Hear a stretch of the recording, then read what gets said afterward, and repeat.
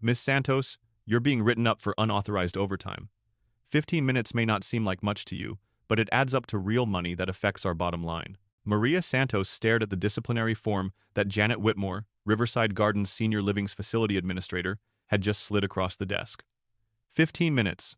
The time it took to help 87-year-old Harold Patterson back into bed after he'd fallen trying to reach his call button. The same Harold Patterson who'd served 3 tours in Vietnam and now couldn't lift himself off the bathroom floor without help. Mrs. Whitmore, Mr. Patterson was on the floor for over an hour because we're so understaffed that, that's enough. Whitmore's manicured finger tapped impatiently on her leather desk pad. Your shift ends at 7 p.m. When you stay past 7 p.m. without prior authorization, you're violating policy and costing this facility money we don't have to waste. Maria felt the familiar burn of rage in her chest, the same feeling she'd been swallowing for 3 years working at this place. She looked around Whitmore's office, the mahogany furniture, the expensive artwork, the crystal awards from Premium Care Solutions corporate headquarters praising cost-effective operations. Through the window, she could see the parking lot where her 15-year-old Honda sat next to Whitmore's brand-new BMW. I understand, Maria said quietly, signing the disciplinary form because she needed this job.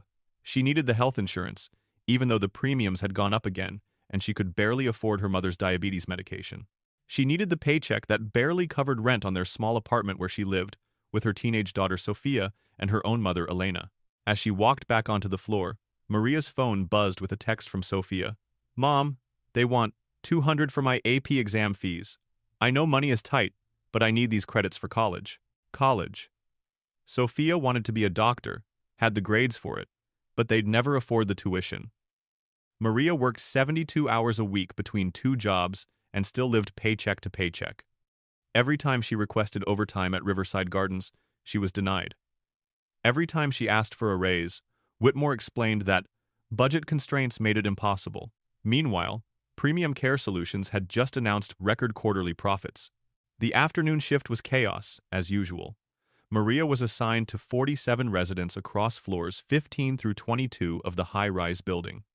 The most vulnerable residents, those with dementia, mobility issues, and complex medical needs, were housed on the highest floors because, as Whitmore liked to say, the views are better up there.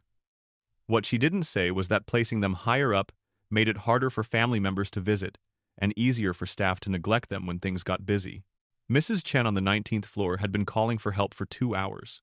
The 89-year-old woman had moderate dementia and limited English, but Maria could hear the distress in her voice echoing down the hallway. The problem was the elevators again. 2 of the building's 4 elevators had been temporarily out of order for 6 months while Premium Care Solutions evaluated repair costs. The remaining 2 elevators moved slower than molasses and broke down constantly. When Maria finally made it to the 19th floor by stairs, her asthma making each flight a struggle, she found Mrs. Chen had soiled herself and was crying in shame and confusion. The elderly woman had been trying to reach the bathroom but couldn't walk fast enough, and no one had checked on her because the staff was spread too thin. It's okay, Mrs. Chen, Maria said gently in the broken Mandarin she'd picked up over the years. Let's get you cleaned up. As she helped Mrs. Chen change clothes and wash, Maria's mind wandered to the facility's staffing levels. 3 years ago, when she'd started, there were 8 CNAs on the evening shift. Now there were 4, after Whitmore fired half the staff to optimize labor costs. The remaining CNAs were expected to do the same amount of work with fewer people, and when residents suffered because of inadequate care, it was somehow the staff's fault for not being efficient enough. Mrs. Chen gripped Maria's hand with surprising strength. Thank you, she whispered in English. You good girl. You stay? The simple question broke Maria's heart. How many times had residents asked her that? How many times had they begged her not to leave them alone because they were scared, confused, or in pain? And how many times had she been forced to choose between following company policy and doing what was right? That evening, Maria climbed the stairs to the 22nd floor to check on Mr. Wallace, who had severe mobility issues and hadn't been seen by staff in over 6 hours.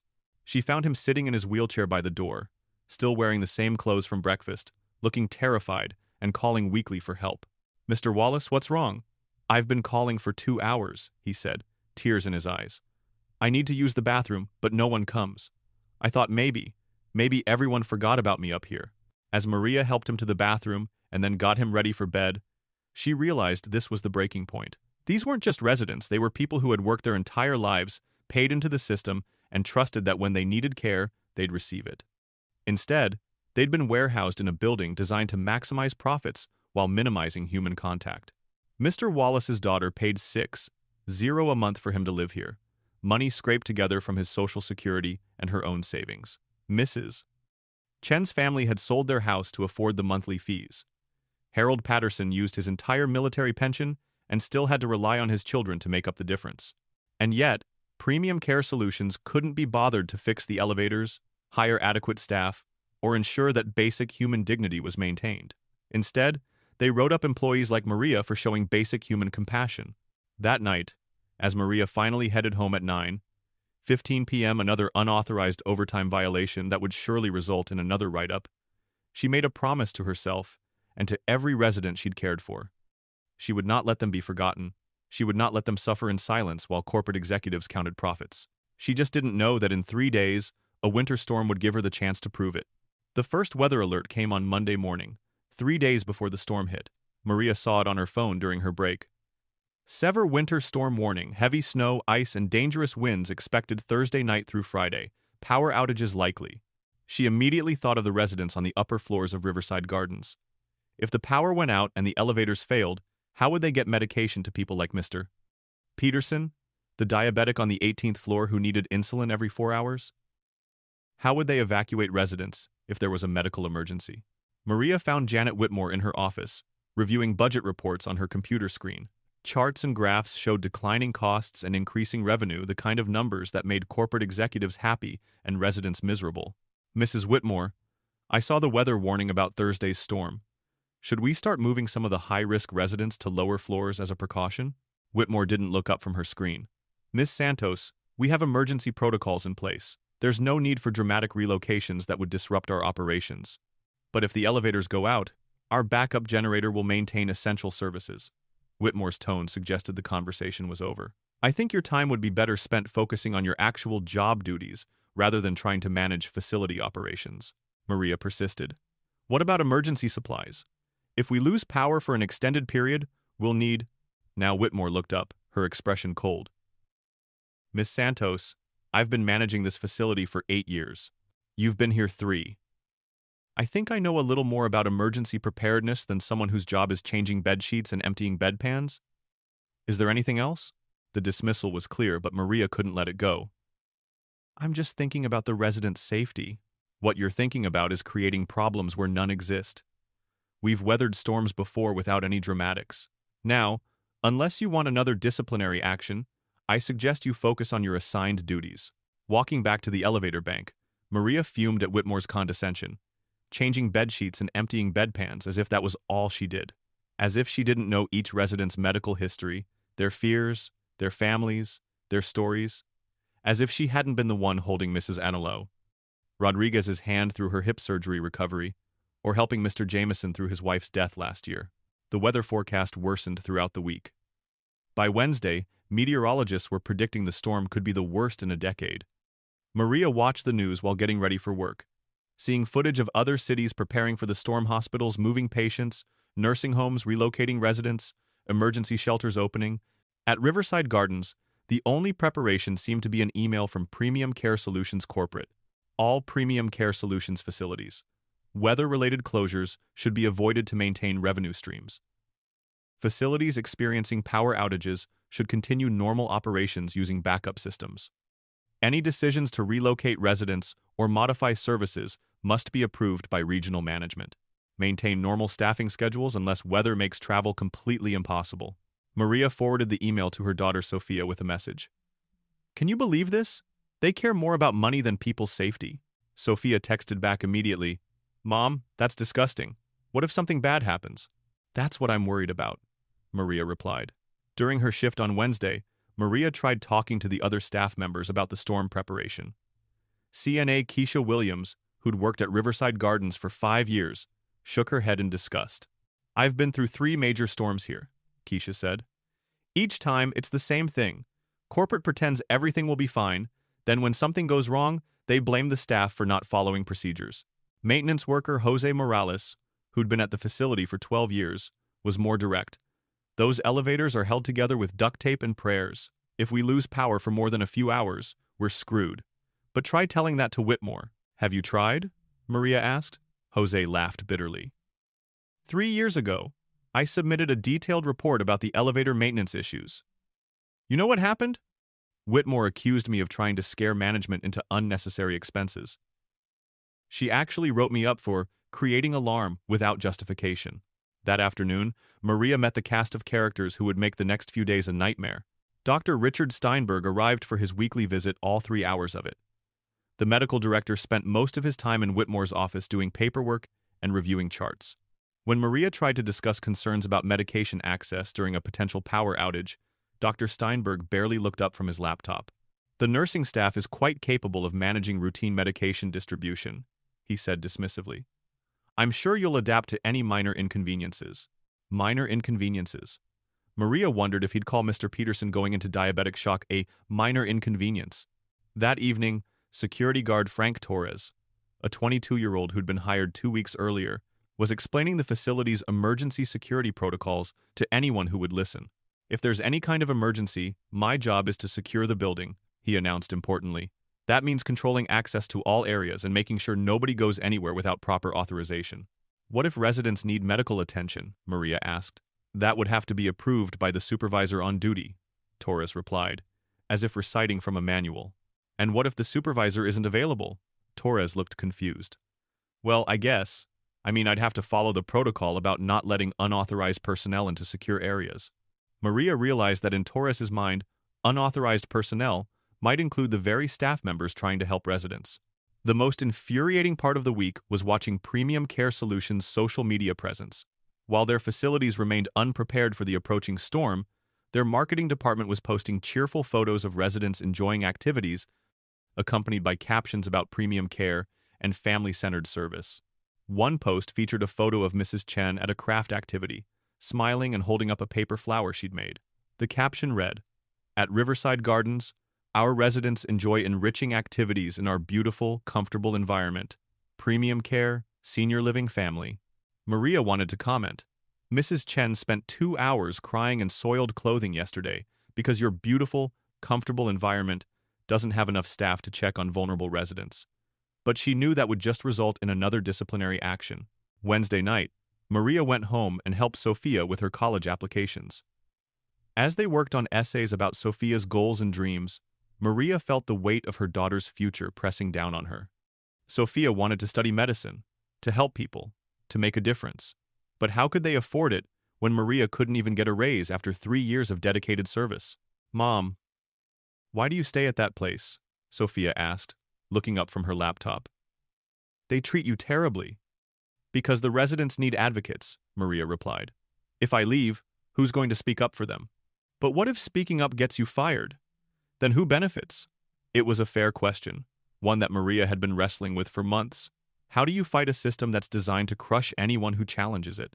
How do you protect people when the very act of protection puts your own livelihood at risk? Thursday morning, Maria woke up to howling wind and the first snowflakes beginning to fall.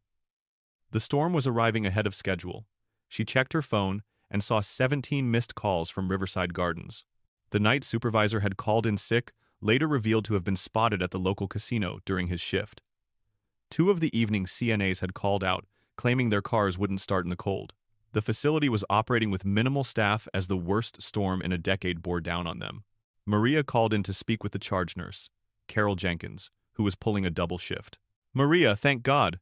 Can you come in early? We're drowning here, and the storm is getting worse."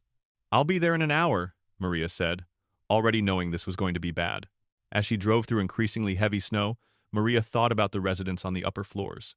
In a few hours, they might be cut off from help, trapped in a building designed to house them efficiently rather than safely. And the people in charge, Whitmore, Dr. Conradius, Steinberg, the corporate executives would be safely at home, making decisions from a distance while other people paid the price for their negligence. The storm was just beginning, but Maria already knew that before it was over, she would be forced to choose between following company policy and saving lives. She just didn't know how much that choice would cost her. The power went out at 11:47 p.m.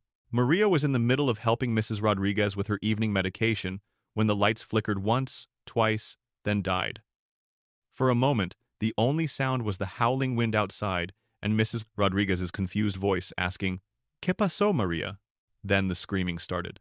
Emergency lighting kicked in throughout the building dim, battery-powered strips that were supposed to last 8 hours but had never been properly maintained. Within minutes, Maria realized the backup generator was only powering the first floor and common areas. Floors 15 through 22, where the most vulnerable residents lived, were plunged into near darkness. The elevators died instantly with a mechanical groan that echoed through the building like a death rattle. Maria was on the 19th floor when it happened, effectively trapped with dozens of residents who couldn't navigate stairs even under normal circumstances. Her radio crackled with panicked voices from other staff members scattered throughout the building. "Maria, are you up there? The elevators are dead. I've got 6 diabetic residents on 18 who need their insulin in 2 hours. Mrs. Patterson on 21 is having chest pains, but I can't get to her. Where the hell is the night supervisor?" That last question hung in the air with bitter irony. Night Supervisor David Chen had called in sick an hour before the storm hit. Maria later learned from security footage that he'd been at Rivers Casino, playing poker while the building plunged into chaos. The facility's phone system went down with the power, leaving them unable to call for external help. Cell service was spotty due to the storm. Maria managed to get through to Keisha Williams, who was trapped on the 16th floor with a dozen residents who were becoming increasingly agitated and confused. "The emergency lighting is already dimming up here," Keisha said. "Some of these residents have dementia, they're terrified and don't understand what's happening.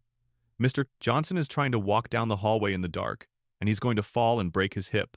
Maria tried to think through the crisis logically. The most critical needs were medication and basic care for residents who couldn't care for themselves. Insulin for diabetics, heart medication for cardiac patients, pain medication for post-surgical residents.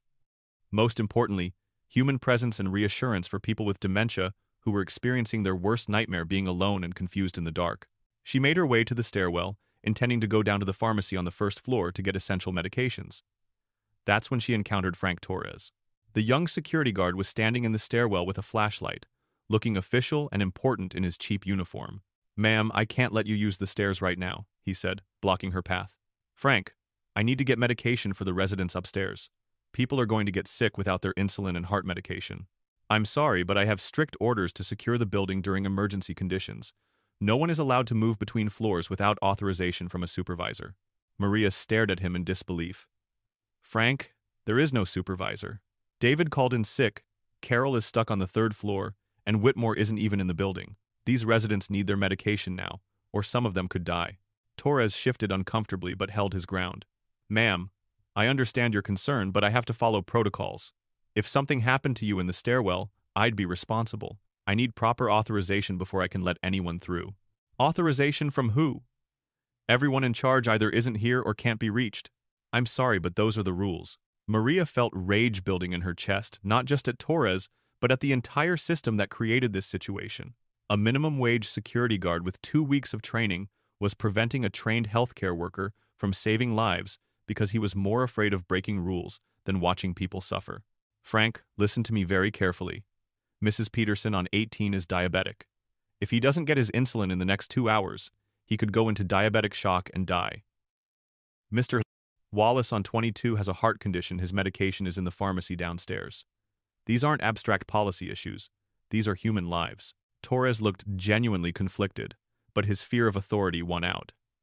"I'm really sorry, but I could lose my job if I let you through without proper authorization. Maybe if you could get someone in charge to call me. There's no phone service. The landlines are dead and cell service is intermittent. By the time we reach someone with authority, people could be dead. I'm just following orders, ma'am. Just following orders." Maria wanted to scream at the absurdity of it. Here was a young man who'd probably never held a real job in his life, blocking trained healthcare professionals from helping dying people because he was afraid of getting in trouble with supervisors who weren't even present. She tried a different approach. "Frank, what if it was your grandmother up there? What if she was scared and alone in the dark and needed medication to stay alive? Would you want someone to follow the rules, or would you want them to help her?" For a moment, Torres wavered. Then his radio crackled with a voice Carol Jenkins calling from the 3rd floor. "All staff, this is Carol. I need a status report from each floor, and I need everyone to remain in their current positions until we can assess the situation." Torres grabbed his radio immediately. "Carol, this is Frank in the stairwell. I'm preventing unauthorized movement between floors per security protocol." "Good work, Frank. Keep everyone where they are until we figure out what's happening. Maria snatched Torres's radio before he could stop her. Carol, this is Maria on 19. We have critical medication needs on the upper floors. I need to access the pharmacy. Maria, stay put. We're working on getting the backup generator to power the elevators. How long will that take? Static answered her. The radio had gone dead. Torres reached for the radio, looking apologetic but determined. Ma'am, you heard her. Everyone needs to stay where they are. That's when Maria heard a sound that would haunt her for months afterward.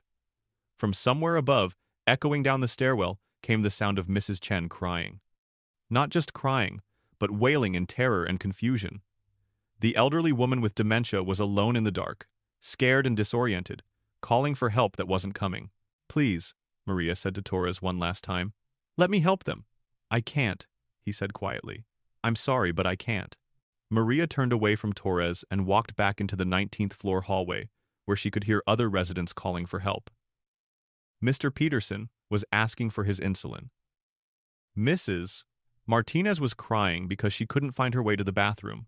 Mr. Thompson, recovering from gallbladder surgery, was moaning in pain and asking for his medication. She pulled out her phone and managed to get a weak signal. She texted Sophia. Power out at work. Trapped on upper floors with residents. May be here all night. Don't worry, but if you don't hear from me, call the news. Sophia texted back immediately. Mom, are you safe? Should I call 911? Emergency services are overwhelmed with storm calls. I'm going to try to help people here. I love you. As Maria put her phone away, she made a decision that would change her life forever. She was done following protocols that put bureaucracy ahead of human suffering. She was done asking permission to show basic human compassion. She was done watching vulnerable people suffer while authority figures protected themselves with rules and procedures. Frank Torres could guard his stairwell. Janet Whitmore could hide in her suburban home. Premium Care Solutions could count their profits while elderly people cried in the dark. But Maria Santos was going to carry supplies up 20 flights of stairs, and anyone who tried to stop her could go to hell. She just needed to figure out how to get past a security guard who was more afraid of his supervisor than of letting people die. The sound of Mrs. Chen's crying grew louder, echoing through the building like an indictment of everyone who had the power to help but chose not to. Maria closed her eyes, took a deep breath, and started planning. It was time to break some rules. At 2:17 a.m., Maria Santos became a criminal. That's how Premium Care Solutions would later describe it in their incident reports. Criminal behavior, theft of pharmaceutical supplies, unauthorized access to controlled substances. But as Maria loaded medications, water bottles, flashlights, and emergency food into 3 backpacks, she wasn't thinking about corporate policy. She was thinking about Mr. Peterson's insulin, Mrs. Rodriguez's heart medication, and the terrified crying that continued to echo from the floors above. Getting past Frank Torres required creativity. Maria convinced Keisha Williams to create a distraction on the 16th floor, a medical emergency that required Torres to leave his post and assist. While he was gone, Maria slipped into the stairwell with her supplies. The physical challenge was immediately apparent. The stairwell was concrete and steel, lit only by failing emergency lighting that cast eerie shadows on the walls.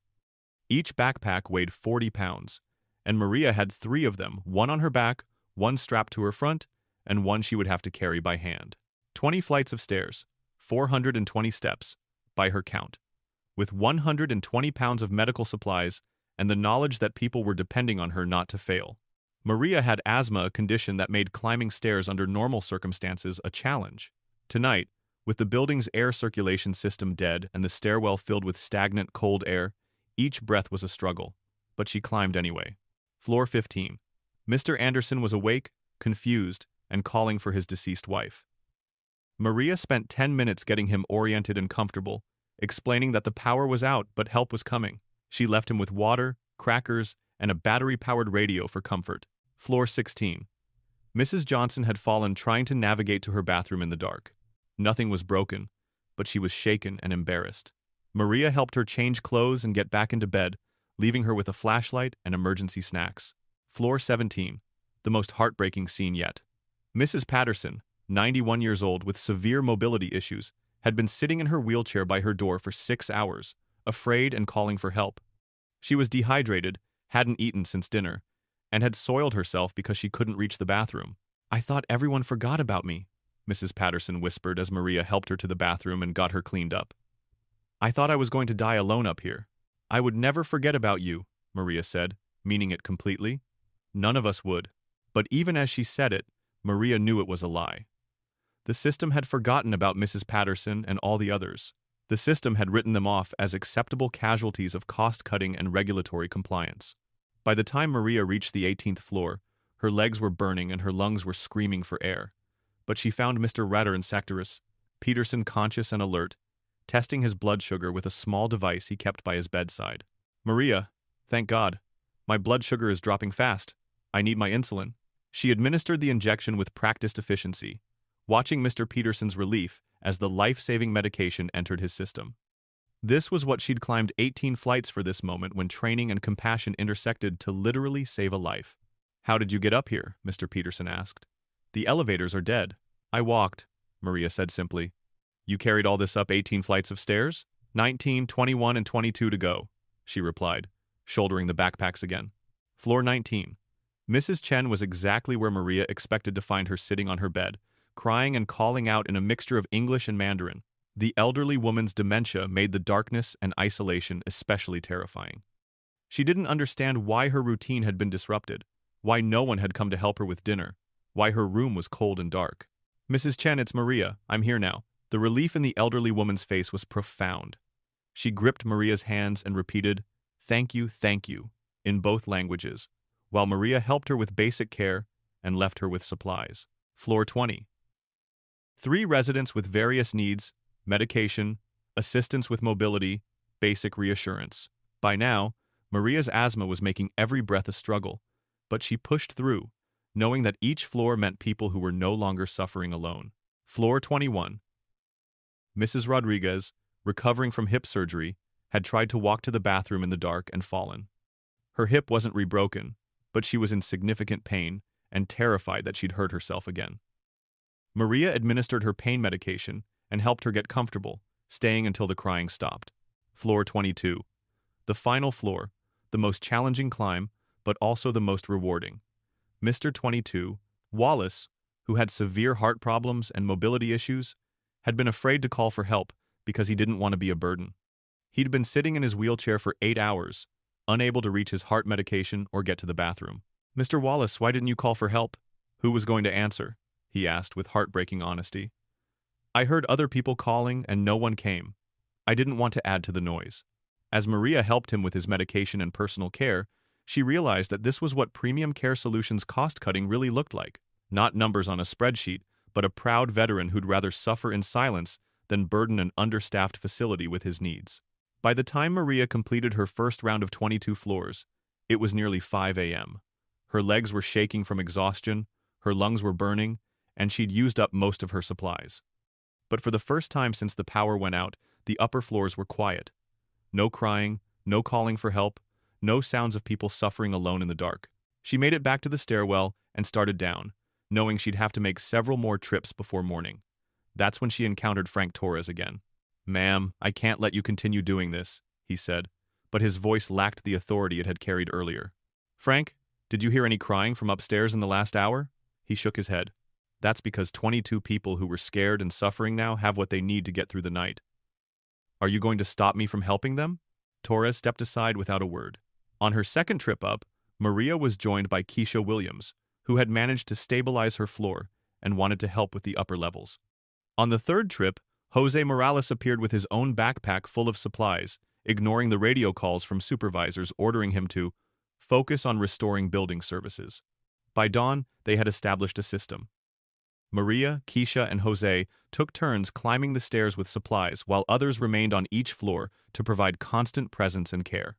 They ignored radio calls from supervisors, ignored demands to follow proper protocols, and ignored threats of disciplinary action. What they couldn't ignore was the gratitude on residents' faces when they realized they hadn't been abandoned. They couldn't ignore the relief in adult children's voices when they called and learned their parents were safe.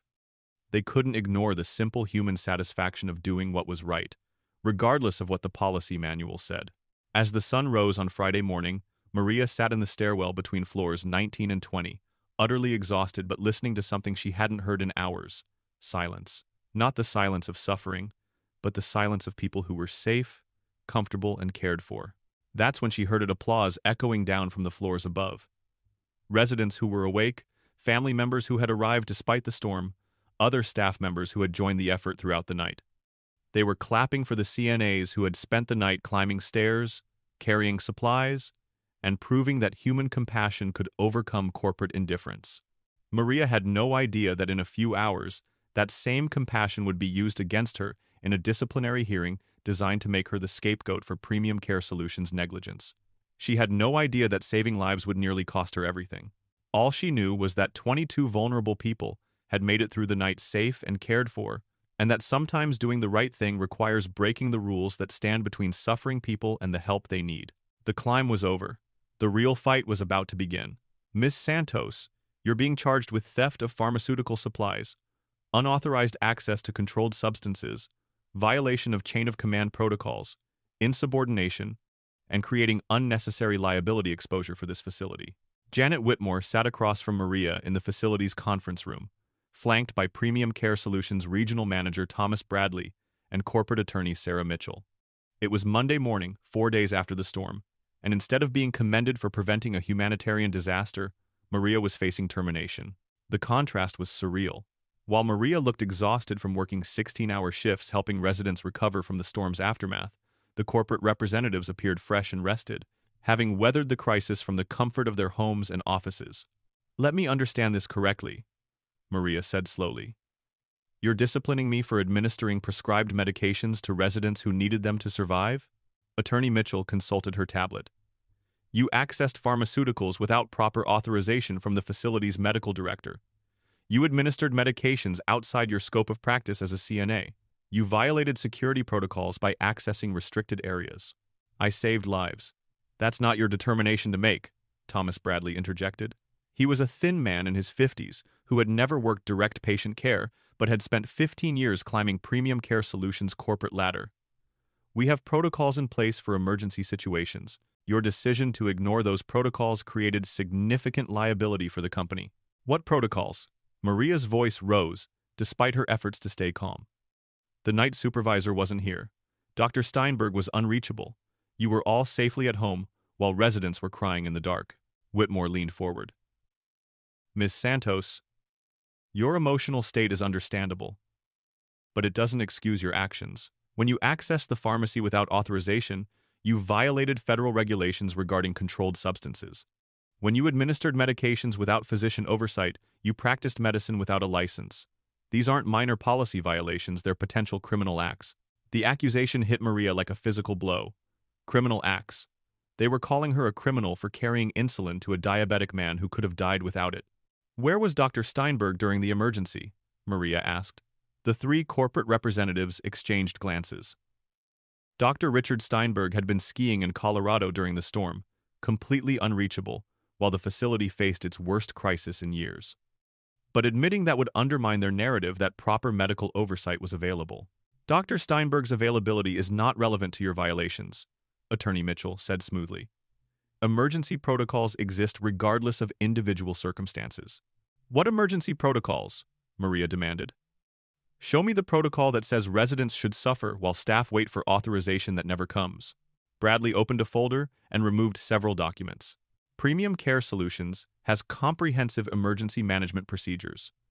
All employees are trained on proper chain of command during crisis situations. Maria recognized the document's generic corporate policies that were reviewed during annual training sessions but had no basis in the reality of actually caring for people. The comprehensive emergency procedures consisted mainly of instructions to notify supervisors and document all incidents for legal review. "Mr. Bradley, have you ever worked as a CNA?" "That's not relevant." "Have you ever administered medication to a diabetic patient?" "Ms. Santos, I don't need hands-on experience to understand policy compliance." "Have you ever held the hand of an elderly person with dementia who's crying in the dark because they don't understand why no one is helping them?" "This line of questioning is inappropriate," Attorney Mitchell interrupted. "We're here to discuss your violations, not Mr. Bradley's qualifications." Whitmore slid a formal disciplinary notice across the table. "Ms. Santos, you're being suspended without pay pending termination. Corporate security will escort you from the building after you clean out your locker. Any attempt to contact residents or their families will result in legal action for harassment and interference with business operations. Maria stared at the document, recognizing it as a carefully crafted piece of corporate self-protection. Every word was designed to shift blame from Premium Care Solutions' negligence to her reckless actions. The narrative was simple. A rogue employee had created chaos during an emergency, forcing the company to take corrective action to protect residents and comply with regulations. "You're making me the scapegoat for your failures," she said quietly. "We're holding you accountable for your choices," Bradley replied. "You chose to ignore protocols. You chose to act outside your authority. You chose to create liability for this company. I chose to prevent people from dying. That wasn't your choice to make." The words hung in the air like an indictment of everything wrong with the system. In Premium Care Solutions' world, preventing suffering and death wasn't Maria's choice to make. It was a corporate decision based on liability assessments and policy compliance.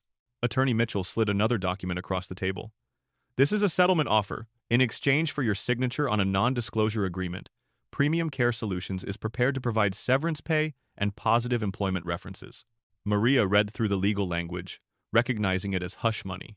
The settlement would pay her 6-month salary in exchange for agreeing never to discuss what happened during the storm or criticize the company's handling of the crisis. "If I don't sign this, then you leave with nothing, and any future employers will be informed that you were terminated for policy violations and potential criminal conduct," Mitchell said matter-of-factly. The threat was clear: accept the money and stay silent, or face professional blacklisting and potential legal consequences for doing the right thing. As Maria sat in that conference room, surrounded by people who earned 6-figure salaries by prioritizing profits over human welfare, she thought about the residents she'd helped during the storm. Mr. Peterson, whose life was saved by insulin she stole. Mrs. Chen, whose terror was eased by compassion that violated company policy. Mrs. Paispercent Rodriguez, whose pain was relieved by medication she administered without authorization. She thought about Sophia, who needed college tuition money. She thought about her mother Elena, who depended on Maria's health insurance for her diabetes medication. She thought about the practical reality that signing the settlement would solve her immediate financial problems while fighting the system could cost her everything. But she also thought about Frank Torres blocking her path while residents suffered upstairs. She thought about Whitmore's condescending dismissal of her concerns before the storm. She thought about Bradley and Mitchell sitting in this room, comfortable and well-paid, describing life-saving actions as criminal conduct. "I need time to consider this," Maria said finally. "You have 24 hours, Mitchell replied. "After that, the settlement offer expires." As Maria cleaned out her locker under the watchful eye of corporate security, residents and family members crowded around her. "Mrs. Iman," Chen's daughter gripped her hand and whispered, "Thank you for taking care of my mother." Mr. Peterson hugged her and said, "You saved my life." But security guards prevented extended conversations, herding Maria toward the exit while corporate representatives watched from Whitmore's office. The message was clear. This is what happens to employees who put residents' needs ahead of company policies. Walking to her car in the parking lot, Maria made her decision. She would not sign the non-disclosure agreement. She would not accept hush money for doing what any decent person would do.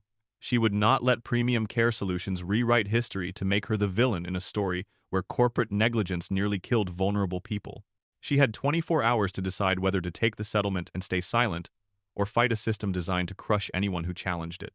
For Maria Santos, it wasn't really a choice at all. Mayor Patricia Rivera was losing. The polls showed her trailing by 6 points to challenger Robert Chen with only 4 months until the election. Her administration was plagued by budget cuts that had reduced city services, and her opponent was hammering her on healthcare and elder care issues. Rivera needed a win, and she needed it fast. That's when her communications director, Amanda Walsh, burst into the mayor's office with her laptop open to social media feeds. "Patricia, you need to see this. There's a story about a nursing home worker who carried supplies up 20 flights of stairs during the storm. It's going viral." Rivera watched the videos that families had posted Maria Santos being led away from Riverside Gardens, while residents cried and reached for her. Mrs. Likes blank Santos Slashley. Chen's daughter had live-streamed the entire incident, providing heartbreaking commentary about the woman who had risked everything to help her mother. "This is perfect," Walsh said excitedly.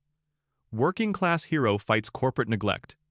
Immigrant woman sacrifices for vulnerable elderly. You get photographed with her, announce some kind of healthcare initiative, and boom, you're the mayor who stands up for workers and seniors."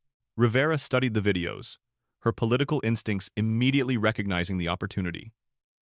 Maria Santos looked exactly like the kind of person who would resonate with voters: hardworking, selfless, authentic. The visuals were perfect. A uniformed healthcare worker being punished for showing compassion. Set up a meeting, Rivera ordered. Make it look spontaneous, like I happened to be touring facilities after the storm and ran into her. Get the photographers positioned for good shots. Within hours, Rivera's team had orchestrated what they called a chance encounter outside Riverside Gardens. Cameras were positioned to capture the moment when the mayor spontaneously approached Maria to thank her for her service. The photo op was perfectly staged. Maria, still in her CNA uniform, looking tired but dignified, while Mayor Rivera presented her with a Community Hero Award and announced the formation of a task force on emergency preparedness in senior care facilities.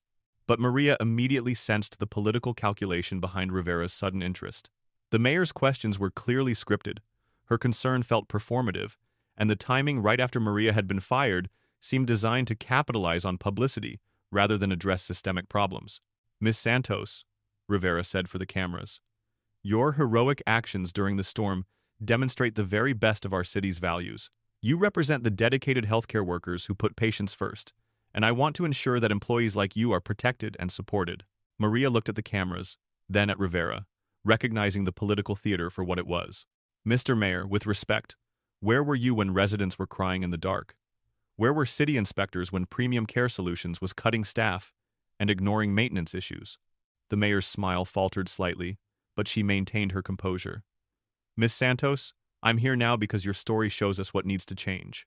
That's why I'm announcing the creation of a Senior Care Emergency Response Task Force, and I'd like you to serve as our first senior care advocate.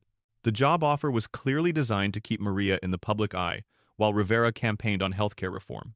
A made-up position with a fancy title that would make good headlines, while allowing the mayor to claim she was taking action. What would this position actually do? Maria asked. Walsh quickly stepped forward. You'd be working directly with the mayor's office to review emergency preparedness at senior care facilities and advocate for residents' rights. Would I have the authority to inspect facilities unannounced? To require staffing improvements? To hold companies like Premium Care Solutions accountable for neglecting residents? The mayor's team exchanged glances. They hadn't expected Maria to ask substantive questions about actual authority and responsibilities. Well, Rivera said carefully, you'd be working within existing regulatory frameworks to identify areas for improvement and make recommendations. Recommendations to whom? The same state regulators who have been ignoring violations for years? The same corporate executives who fired me for helping people? The press conference was spiraling away from Rivera's carefully scripted narrative. Instead of a grateful healthcare worker praising the mayor's leadership, they had a sharp-eyed advocate asking uncomfortable questions about real power and actual change. Maria continued, despite attempts by Rivera's staff to redirect the conversation. Mr. Mayor, Premium Care Solutions made millions in profits last year while denying basic maintenance, adequate staffing, and emergency preparedness. They fired me not because I did anything wrong, but because I exposed how little they care about the people who trust them with their lives. Rivera realized her photo op was becoming a disaster. Maria wasn't playing the role of grateful victim. She was becoming an independent advocate who was making the mayor's administration look reactive and superficial. Miss Santos, I appreciate your passion, and I want to work with you to address these important issues. Then give me real authority to inspect facilities, require immediate corrections for safety violations, and protect healthcare workers from retaliation when they speak up for residents. Don't offer me a symbolic position designed to make you look good while nothing actually changes. The media coverage that evening was not what Rivera's team had planned. Instead of headlines about mayoral leadership on senior care, the stories focused on Maria's challenging questions and Rivera's inability to provide concrete answers about regulatory authority or enforcement mechanisms. Political commentator James Rodriguez summed it up on the evening news. Mayor Rivera clearly hoped to use Maria Santos as a prop in her re-election campaign, but Santos refused to play along. Instead of grateful praise for mayoral leadership, we got tough questions about real power and actual accountability. That night, Rivera's staff regrouped to discuss damage control. The mayor was furious that her carefully planned photo op had backfired. I offered her a job, recognition, and a platform to make change, Rivera complained to her staff. Why is she being so difficult? Maybe because she actually cares about the residents more than your re-election campaign, Walsh said quietly, immediately regretting her honesty. Rivera glared at her communications director. Set up another press conference. We need to get back on message about our healthcare initiatives and our support for workers, and make sure Santos isn't there to hijack it with her confrontational approach. But Maria had already made her own decision. She would not be Rivera's prop, would not accept a symbolic position designed to generate headlines, and would not allow politicians to exploit her story for their own purposes. The next morning, Maria held her own press conference outside City Hall, rejecting the mayor's job offer and announcing her intention to fight Premium Care Solutions directly. Mayor Rivera offered me a position that sounds impressive but has no real power to protect residents or healthcare workers, Maria said to the assembled reporters. I don't want a symbolic role that makes politicians look good while seniors continue to suffer from corporate neglect. Standing behind a podium that her union had provided, Maria looked directly into the cameras. I'm not interested in political theater. I'm interested in holding Premium Care Solutions accountable for endangering vulnerable people and punishing the workers who try to help them. If Mayor Rivera wants to help, she can support real oversight with real enforcement power, not photo ops and task forces that exist only on paper. The contrast was stark. A healthcare worker demanding actual change versus a politician offering symbolic gestures. Rivera's attempt to use Maria's story for political gain had backfired completely, making the mayor look opportunistic while elevating Maria as an authentic advocate for real reform. By the end of the week, Maria had become something Rivera never intended to create. An independent voice for healthcare workers and senior care reform, with no obligation to make politicians look good and every incentive to expose the systemic problems they'd been ignoring. The mayor's photo op had failed spectacularly, but it had given Maria something much more valuable than a symbolic job, a platform to fight for real change, and the credibility to challenge both corporate power and political opportunism. Premium Care Solutions' response to Maria's press conference was swift, coordinated, and vicious. Within 48 hours, Maria received a cease and desist letter from the law firm of Morrison, Bradley, Associates, the same firm that handled liability issues for Premium Care Solutions. The letter, signed by senior partner Elizabeth Morrison, threatened immediate legal action if Maria continued making false and defamatory statements about our client's operations and personnel. The letter was 12 pages of legal intimidation, accusing Maria of defamation and libel against Premium Care Solutions executives, interference with business operations, violation of confidentiality agreements, despite Maria never signing one, malicious and reckless disregard for truth in her public statements. Cease all public statements regarding Premium Care Solutions, Riverside Gardens, or any related facilities immediately, the letter demanded. Failure to comply will result in legal action seeking monetary damages, injunctive relief, and attorney fees. Maria showed the letter to her union representative, David Colon, who read it with growing anger. This is standard corporate intimidation, Colon explained. They're using expensive lawyers to scare you into silence. The problem is, fighting this could cost hundreds of thousands in legal fees, and they know most people can't afford that kind of battle. Can they actually win a case against me? Probably not, if you're telling the truth about what happened. But they don't need to win, they just need to make fighting so expensive and stressful that you give up. The legal threats were just the beginning. Within days, Maria discovered that Premium Care Solutions had launched a comprehensive campaign to destroy her credibility and career prospects. Anonymous complaints were filed against her with the state nursing board, alleging that she had practiced outside her scope and endangered residents through reckless actions. The complaints were clearly coordinated, they used identical language and focused on the same alleged violations. Social media accounts began posting negative reviews of Maria's work, claiming she had provided poor care and was difficult to work with. The reviews appeared on professional networking sites, job search platforms, and healthcare worker forums. They were obviously fake, many contained specific details that could only have come from corporate sources, but they were numerous enough to create the impression of a problematic employee. Dr. Richard Steinberg, who had been skiing during the emergency, filed a formal complaint alleging that Maria had made independent medical decisions without proper oversight and administered medications without physician authorization. The complaint could result in sanctions that would prevent Maria from working in healthcare permanently. But the most devastating attack came through law enforcement. Detective Harold Moss of the State Police Financial Crimes Unit knocked on Maria's door on a rainy Thursday morning, ostensibly investigating possible theft of pharmaceutical supplies from a licensed healthcare facility. Miss Santos, I need to ask you some questions about the night of February 15th at Riverside Gardens. Specifically, about medications that were removed from the facility pharmacy without proper authorization. Maria invited Detective Moss inside, recognizing the intimidation tactic but willing to answer questions about her actions during the storm. Detective, are you aware that residents were trapped on upper floors without access to life-saving medications? I'm investigating reports that controlled substances were removed from a secure pharmacy by someone without authority to access those medications. To save lives, diabetic residents needed insulin, cardiac patients needed their heart medications. Did you have written authorization from the facility's medical director to access the pharmacy? The medical director was skiing in Colorado. Residents were going to die without their medications. Moss consulted his notebook. So you're admitting that you entered a restricted area and removed controlled substances without proper authorization? The entire interview was structured to elicit admissions of technical violations while ignoring the life-or-death context that made those violations necessary. Every question was designed to build a criminal case around actions that any reasonable person would consider heroic. Detective, do you think I should have let people die while waiting for authorization that was never going to come? Ma'am, that's not for me to judge. I'm investigating possible violations of state pharmacy regulations and controlled substance laws. After an hour of questions designed to trap Maria into admitting wrongdoing, Moss left with the clear implication that criminal charges were being considered. The message was obvious. Premium Care Solutions had enough influence to turn local law enforcement against a healthcare worker who had embarrassed them. Maria's union fought back, but they were outgunned by Premium Care Solutions' legal and financial resources. Union lawyer Sarah Martinez explained the harsh reality. They have unlimited money and political connections.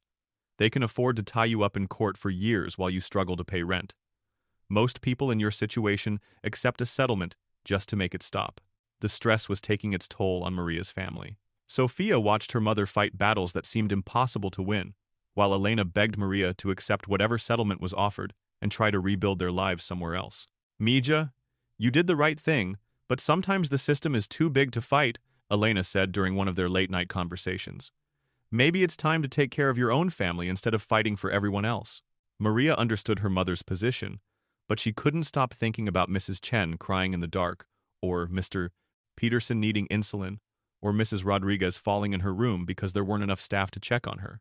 How could she accept a settlement that would silence her, while other vulnerable people continued to suffer? The most crushing blow came when Maria learned that Mrs. Chen had been transferred to a different facility. Premium Care Solutions claimed it was for enhanced specialized care, but Maria knew it was punishment for the family's support of her cause. Other families received similar pressure, subtle threats that disruptive advocacy might make their loved ones unsuitable for continued residence. Healthcare facilities throughout the region began refusing to hire Maria. Her applications were rejected without explanation, but she suspected that Premium Care Solutions' extensive network was blacklisting her from employment. The company's influence extended beyond their own facilities. They had contracts and relationships throughout the healthcare industry that gave them power to effectively end careers. 6 weeks after being fired, Maria sat in her small apartment, sorting through medical bills and legal documents. She'd been unable to find work, her health insurance had been canceled, and the legal costs of fighting Premium Care Solutions were mounting. Sophia found her mother crying at the kitchen table at 2 a.m., surrounded by bills they couldn't pay and legal threats they couldn't afford to fight. Mom, maybe it's time to take the settlement. We need the money and you've already made your point. Maria looked at her daughter, brilliant, ambitious, destined for medical school if they could somehow afford it, and felt the weight of her choices pressing down on her. She could accept Premium Care Solutions' hush money, sign their non-disclosure agreement, and try to rebuild their lives in another city. It would be the practical choice, the safe choice, the choice that prioritized her family's immediate needs over abstract principles. But then she remembered the applause echoing down from the upper floors of Riverside Gardens as residents and their families thanked her for refusing to abandon them. She remembered the terror in Mrs. Burstard and Af past A.T. Chen's voice when she was calling for help. She remembered Frank Torres blocking her path while people suffered upstairs. Sophia, if I take their settlement and stay quiet, what happens to the next Maria Santos who sees residents being neglected? What happens to the next group of vulnerable people who need someone to speak up for them? But Mom, what happens to us if you keep fighting and lose everything? It was the question that had been haunting Maria for weeks. How do you balance individual responsibility with family obligations? How do you fight systemic injustice when the cost of fighting could destroy the people you love most? Maria made her decision that night, sitting at her kitchen table while Sophia slept and Elena's diabetes medication sat nearly empty in the refrigerator. She would not accept Premium Care Solutions' settlement. She would not sign their non-disclosure agreement. She would not let them rewrite history to make her the villain in a story about corporate negligence and human suffering. The cost might be everything she had, but some fights are too important to abandon, even when abandoning them would be easier, safer, and more practical. Premium Care Solutions had unlimited resources, political connections, and legal firepower. But they had made one crucial mistake. They had assumed that Maria Santos was fighting for herself when she was actually fighting for everyone who couldn't fight back. That changed everything. The protest started small, just Maria, and 3 families standing outside Riverside Gardens on a cold Tuesday morning, holding signs that read, "Premium Care Solutions, Profits over People, and Protect Healthcare Workers Who Protect Our Parents." But by 10 a.m., the crowd had grown to over 50 people. Healthcare workers from other facilities had arrived on their way to work, carrying coffee and their own homemade signs. Local union members showed up during their break. Sophia had organized her high school's social justice club to join after classes. The timing was deliberate. Premium Care Solutions' quarterly board meeting was scheduled for that afternoon, and Maria wanted corporate executives to see the faces of people affected by their policies as they arrived to discuss profit margins and cost-cutting strategies. Janet Whitmore watched from her office window as the crowd grew throughout the morning. She called corporate security, then Premium Care Solutions' crisis management team, then finally the local police. "This is Janet Whitmore at Riverside Gardens. We have a large group of protesters outside our facility, disrupting operations and intimidating residents. We need police assistance to clear them immediately." Captain James Sullivan arrived with 4 patrol cars and the attitude of someone who'd worked security for enough corporate events to know which side paid his overtime fees. A 20-year veteran with close ties to the business community, Sullivan had little patience for protesters who interfered with commerce. "You're going to need to disperse," Sullivan announced through a megaphone. "This is private property, and you're interfering with the operation of a licensed healthcare facility." Maria stepped forward, holding her permit for the demonstration. "Captain, we have permission to protest on the public sidewalk. We're not on private property, and we're not interfering with anyone's access to the building." Sullivan barely glanced at the permit. "Ma'am, I've received complaints that you're creating a disturbance and intimidating residents and families trying to visit their loved ones." "Captain, these are families of residents. They're here because they're concerned about the care their loved ones are receiving." Behind Maria, Mrs. Chen's daughter held a sign with her mother's photo and the words, "Maria Santos saved my mother's life." Mr. Peterson's son carried a banner reading, "Healthcare heroes shouldn't be punished for helping people." But Sullivan's attention was focused on maintaining order and supporting the business community that generated revenue for the city. Protesters, in his experience, were troublemakers who disrupted legitimate commerce and created headaches for hardworking business owners. At 2 p.m., the Premium Care Solutions board members began arriving for their meeting. Thomas Bradley stepped out of a black town car, flanked by corporate attorneys, and looking annoyed at the crowd gathered outside the facility. Maria attempted to approach him as he walked toward the building's main entrance, hoping to make a personal appeal for dialogue about the systemic problems at Riverside Gardens. "Mr. Bradley, I'm Maria Santos. I'd like to speak with you about the conditions at this facility and the safety concerns that led to..." 2 security guards immediately blocked her path, acting on instructions from Janet Whitmore to prevent any contact between protesters and corporate executives. "Ma'am, step back. You're not authorized to be in this area. This is a public sidewalk. I have the right to speak with him." The confrontation escalated quickly. As Maria tried to walk around the security guards to reach Bradley, they physically blocked her movement. When she persisted, trying to exercise her legal right to approach the corporate executive on public property, Captain Sullivan intervened. "Ma'am, you need to step back now. You're interfering with these gentlemen's right to conduct their business. I'm exercising my First Amendment right to petition for redress of grievances. Mr. Bradley is a corporate executive whose policies affect vulnerable residents. You're trespassing and creating a disturbance. Step back or you'll be arrested." Sophia had been live streaming the confrontation on social media, providing real-time commentary as her mother attempted to speak with the corporate executive who had ordered her firing. "This is my mom trying to talk to the guy who fired her for helping elderly people during a power outage," Sophia narrated for the camera. "She's on a public sidewalk, but they're calling it trespassing because she's embarrassing them." The optics were devastating for Premium Care Solutions. A healthcare worker in her CNA uniform being blocked from speaking to well-dressed executives who were clearly more comfortable avoiding questions than answering them. When Maria continued trying to reach Bradley, insisting on her right to address the person responsible for policies that affected vulnerable residents, Captain Sullivan made the arrest. "You're under arrest for trespassing and disturbing the peace," he announced, producing handcuffs while Sophia's phone captured every moment. The footage went viral within hours. Maria Santos, still wearing her CNA badge from volunteer work at a free clinic, being led away in handcuffs, while families of Riverside Gardens residents watched in shock and corporate executives disappeared into the building without acknowledging the people affected by their decisions. Inside the building, the board meeting proceeded as scheduled. Thomas Bradley opened with a presentation on quarterly profits, highlighting Premium Care Solutions' success in optimizing operational efficiency and maintaining competitive margins in challenging market conditions. The disconnect was surreal. Executives discussing profit margins while protesters chanted outside, and Maria sat in a police car, arrested for trying to advocate for the vulnerable people whose care fees generated those profits. In the holding cell, Maria encountered others who'd been fighting similar battles. Rebecca Martinez, a public school teacher suspended for advocating for special needs students whose services had been cut. David Kim, a social worker fired for reporting unsafe conditions at a group home. Jennifer Adams, a hospital nurse disciplined for speaking up about dangerous patient-to-nurse ratios.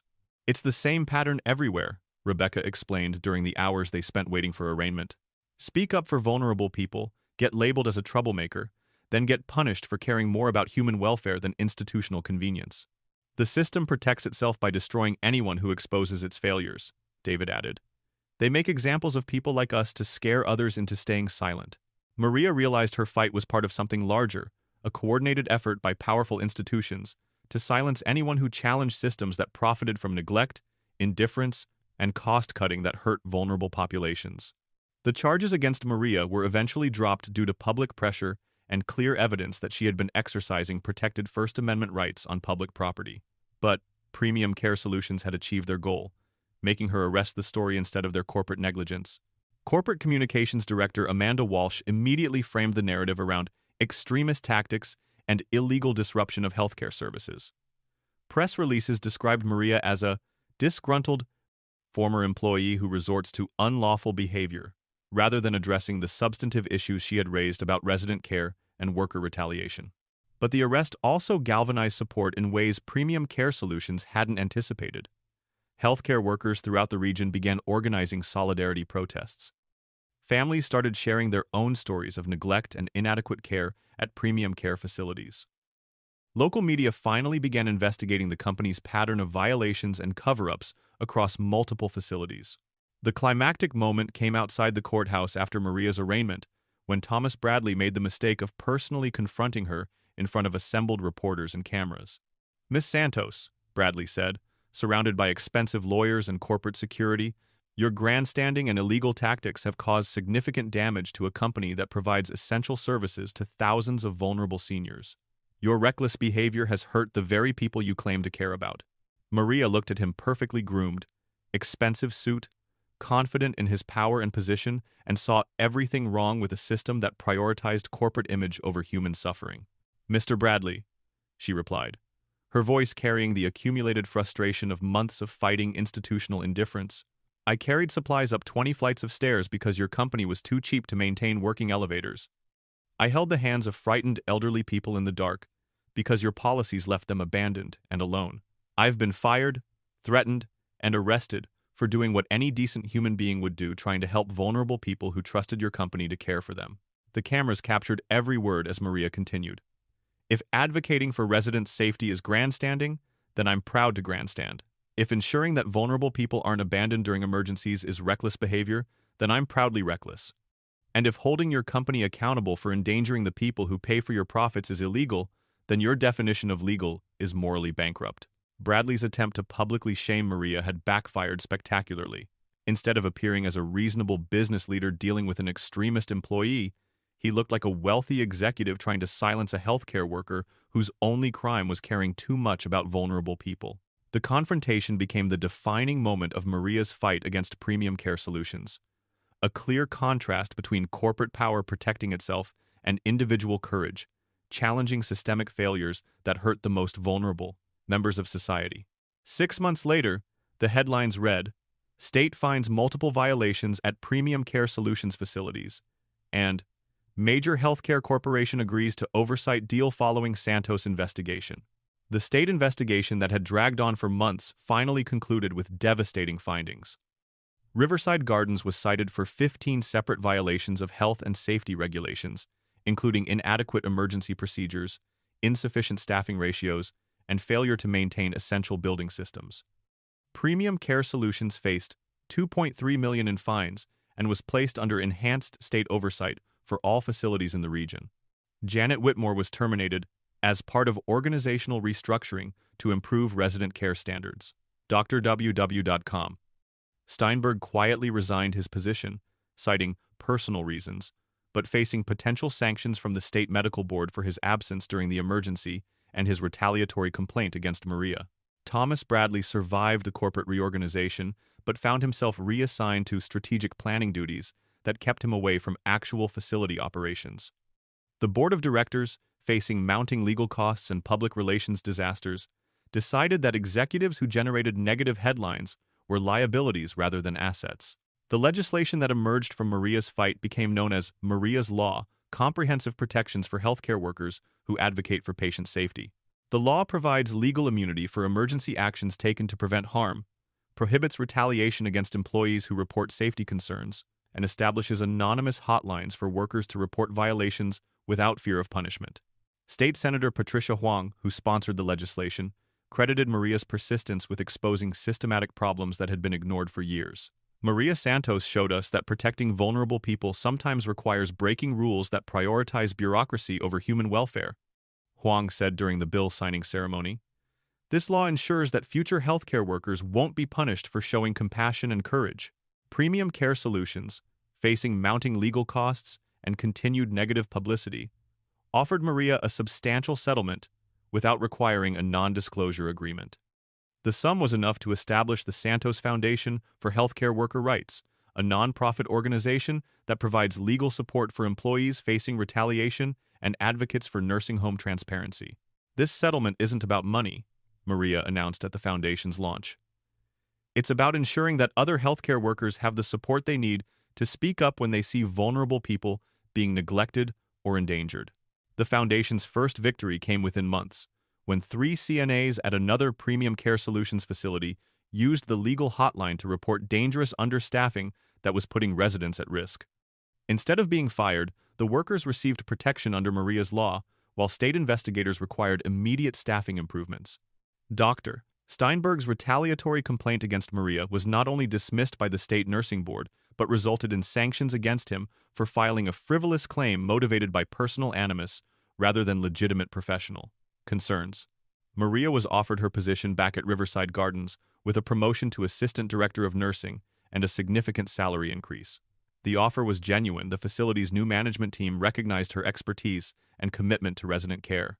But Maria had found her true calling as an advocate rather than a direct care provider. She accepted a position with the state health department as Senior Care Ombudsman, where she investigates complaints at nursing homes throughout the region and has the authority to require immediate corrections for safety violations. Her first major case in the new role involved another Premium Care Solutions facility, where families reported conditions suspiciously similar to what she'd experienced at Riverside Gardens. The investigation resulted in additional corporate penalties and further reforms to emergency preparedness procedures. Sophia received a full scholarship to nursing school from a foundation established by families of Riverside Gardens residents who had been helped during the storm. She plans to specialize in geriatric care and continue the advocacy work her mother started, but with the clinical credentials to complement her passion for justice. My mom taught me that sometimes doing the right thing requires breaking rules that protect systems instead of people, Sophia said during her valedictorian speech at high school graduation. I want to be the kind of nurse who puts patients first, even when it's difficult or dangerous. Elena's diabetes medication is now fully covered by Maria's improved health insurance through the state job, and she's become an active volunteer with the Santos Foundation, using her housekeeping experience to help other immigrant workers understand their rights in healthcare settings. The story's emotional resolution came during Maria's first visit back to Riverside Gardens in her new role as state ombudsman. She was conducting a routine inspection when she encountered Mrs. Pride Chen, whose dementia had progressed but who still recognized Maria immediately. "Maria!" Mrs. Chen exclaimed in accented English, taking her hand and smiling broadly. "Maria, help! Good Maria!" Despite the progression of her condition, Mrs. Chen remembered the night when Maria had climbed 20 flights of stairs to bring her comfort in the darkness. The recognition and gratitude in the elderly woman's eyes reminded Maria why she had risked everything to fight for people who couldn't fight for themselves. The facility itself had been transformed. New elevators had been installed and were properly maintained. Staffing ratios had been improved to ensure adequate coverage on all floors. Emergency procedures had been rewritten to prioritize resident safety over liability protection. The changes weren't just cosmetic, they represented a fundamental shift from prioritizing profits to actually caring for people. As Maria concluded her inspection, she took the stairs to the 22nd floor, not out of necessity but as part of her daily workout routine. Staying physically strong had become a metaphor for staying emotionally prepared to fight injustice wherever she found it. Standing in the stairwell where she had once carried supplies to abandoned residents, Maria reflected on the journey that had brought her to this point. She had lost a job, but found a purpose. She had been arrested for advocating for vulnerable people and had turned that injustice into a platform for systemic change. She had been threatened by corporate lawyers and had used those threats to expose the lengths powerful institutions would go to silence inconvenient truths. Most importantly, she had proven that ordinary people could challenge powerful systems and win not through grand gestures or dramatic confrontations, but through persistent determination to do what's right even when authority figures try to stop them. The final scene showed Maria leaving Riverside Gardens after a successful inspection, carrying her state ombudsman credentials and a folder full of approved recommendations for continued improvements. In the parking lot, she encountered a young CNA who approached her nervously. "Miss Santos, I'm Jennifer Martinez. I just started working here and I wanted to thank you. Because of what you did, I have protections if I see residents being neglected. I have someone to call if management retaliates against workers who speak up. I have the Maria's Law hotline if I need legal support for doing the right thing." Maria smiled, remembering her own early days as a CNA, when she felt powerless to challenge systems that hurt the people she was trying to help. "Jennifer, the law gives you protection, but you still have to have the courage to use it. When you see vulnerable people suffering, you have to decide whether you're going to follow policies that protect institutions or break rules that protect human beings. How do you know when it's worth the risk?" Maria thought about Mrs. Chen crying in the dark, about Mr. Peterson needing insulin, about all the vulnerable people who depended on others to speak up when they couldn't speak for themselves. When you see someone who needs help and you're the only one in position to provide it, the risk is worth it. The question isn't whether you might get in trouble for helping. The question is whether you can live with yourself if you don't. As Maria drove home, she passed billboards advertising premium care solutions, renewed commitment to excellence in senior care. The marketing campaign was designed to rebuild their reputation, but Maria knew the real measure of change wouldn't be found in advertising. It would be found in the daily experiences of residents who were no longer abandoned in emergencies, and workers who were no longer punished for showing compassion. The rage that had initially fueled her fight against corporate indifference had transformed into something more sustainable and powerful. The satisfaction of knowing that her refusal to accept injustice had created lasting protections for vulnerable people and the workers who cared for them. Maria Santos had carried supplies up 20 flights of stairs during one emergency. But her real legacy was ensuring that future emergencies would be handled with competence, compassion, and accountability rather than negligence, bureaucracy, and corporate self-protection. The system had tried to crush her for doing the right thing. Instead, she had used its attacks against her to expose its fundamental flaws and create lasting reforms that would protect countless vulnerable people for years to come. Sometimes the most important victories come not from avoiding fights, but from refusing to back down when powerful institutions try to silence inconvenient truths about their failures to protect the people they're supposed to serve.